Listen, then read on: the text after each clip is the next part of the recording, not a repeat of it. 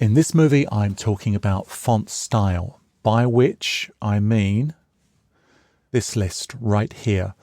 The list of style options beneath the actual font itself on the control panel. And the first point I want to make is that there is no universally agreed upon standard for how these font styles are named.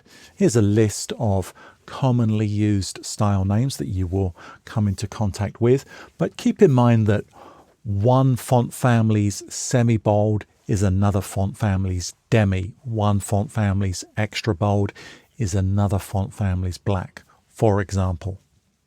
The second point I want to make is that if you are combining different weights, then make sure that there's enough contrast to justify you doing so.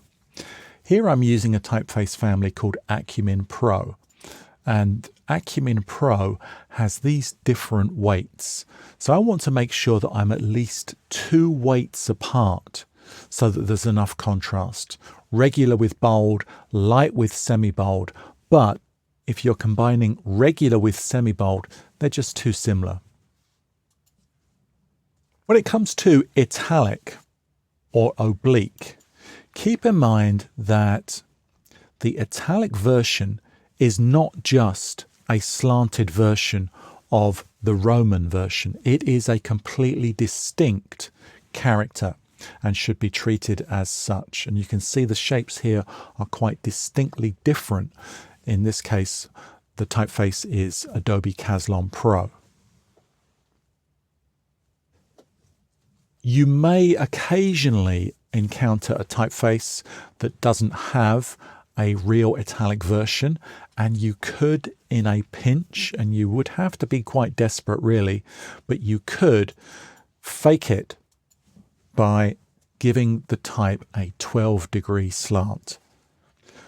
But a better option would be choose a typeface that does have a real italic version. Having said that though, there are some very widely used sans serif typefaces where the official, if you like, italic version is just oblique, and it is referred to as such, oblique, where it is just a slanted version of the Roman shapes.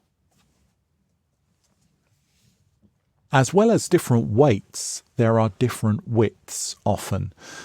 Condensed, compressed, extended. And it's always better, far preferable, to use a real condensed version than a faked or squeezed version. And you can see that if you fake it, as I have done here, by making the character width only 70%, then that is 70% of everything. So the strokes are only 70% as wide as the regular. Whereas if you use a real condensed version, if available, then the stroke weights are the same as the stroke weights on the regular version. So that's always going to be a preferable thing to do. Now, you might use condensed or even compressed type to create more impact with headlines. And you can see here that these different widths of type, going from Franklin Gothic regular to condensed to compressed, they're taking up a similar amount of space on the line, but vertically the compressed version takes up much more space and arguably has much more impact for doing so.